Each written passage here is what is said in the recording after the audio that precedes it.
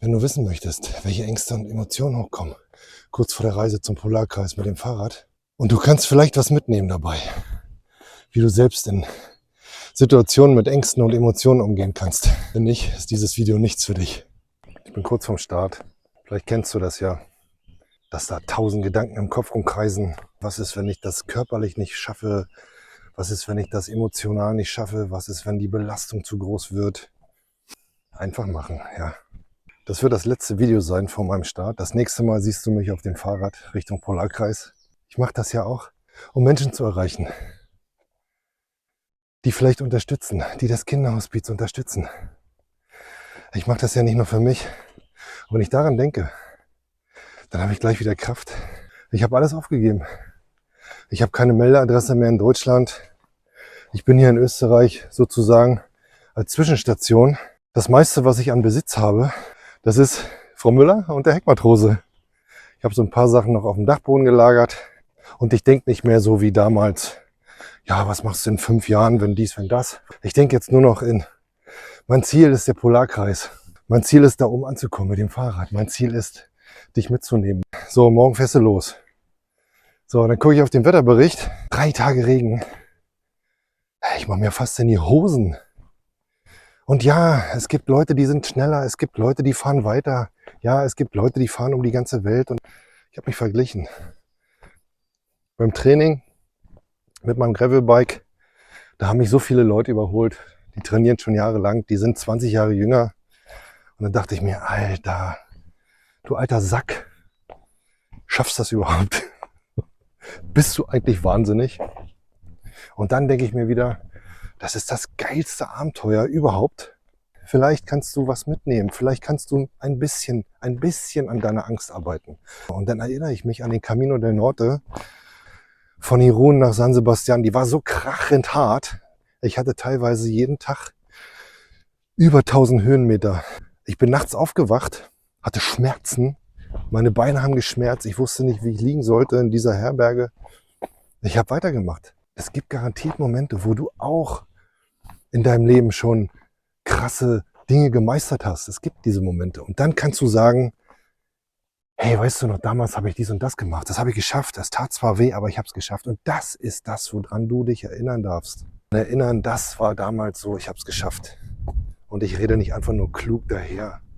Und ich will auch kein Klugscheißer sein. Und ich will auch nicht diese ganzen Worte wie verlass die Komfortzone, mach dies, mach das. Vielleicht erreiche ich ja ein paar Menschen, unter anderem dich, um ein bisschen Mut zu machen, um zu zeigen, guck mal, der hat auch Angst.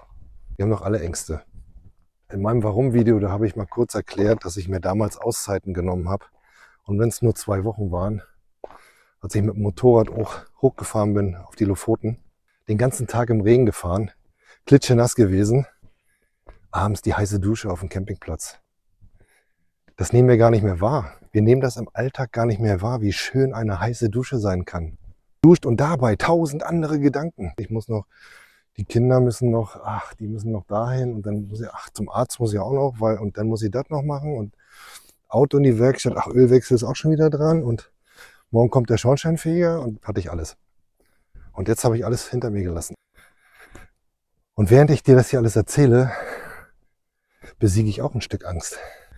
Dann hatte ich Angst. Ich hatte damals so viel Angst. Ich sag dir mal eine Angst. Ich war so konditioniert. Ich hatte sogar Angst, wenn ich mit meinem kleinen, lahmen Auto die Autobahn lang gefahren bin. Ja? Und da kam einer von hinten angebrettert. Dann hatte ich Angst, oh, was macht jetzt der wohl denken, wenn ich jetzt einfach hier so mit 120 den LKW überhole? Der denkt bestimmt total scheiße über mich. Und immer dieses Ja sagen. Man sagt ja, man meint aber nein. Aus Angst. Vor mir ist die Kreuzung. Da steht drauf rechts steiniger Weg und links schön gepflasterte Straße. Schön gepflasterte Straße heißt, ich bleib einfach hier. Setz mich da schön in den Garten. Kann den ganzen Sommer hier bleiben und lass es mir gut gehen. Nein, mache ich aber nicht. Mache ich nicht, will ich nicht, reicht mir nicht. Ich will raus. Und benutze jetzt mal diese abgedroschene Phrase. Raus aus der Komfortzone. Da findet das Leben statt. Genau dort. vor meiner wirklichen Reise, die eigentlich schon begonnen hat. Und die Tage davor sind meistens die emotional krassesten. Und in der Phase bin ich jetzt gerade. Aber eins weiß ich genau. Ich werde nicht zurück ins Hamsterrad gehen. Ich werde nicht zurück in meinen alten Job gehen. Bevor ich dahin zurückgehe, fahre ich lieber Träger in Neuseeland. Es findet sich immer irgendwas. Ich kann mir vorstellen, wenn ich das jetzt sage, Geld ist nicht alles, kommt vielleicht der eine oder andere Kommentar. Ja, man braucht aber Geld zum Leben. Ja, man braucht Geld zum Leben. Und man muss nicht komplett aussteigen. Aber wichtig ist, dass man das, was man tut, mit Freude macht. Nicht mit vorgetäuschter Freude. Ich mache meinen Job gern.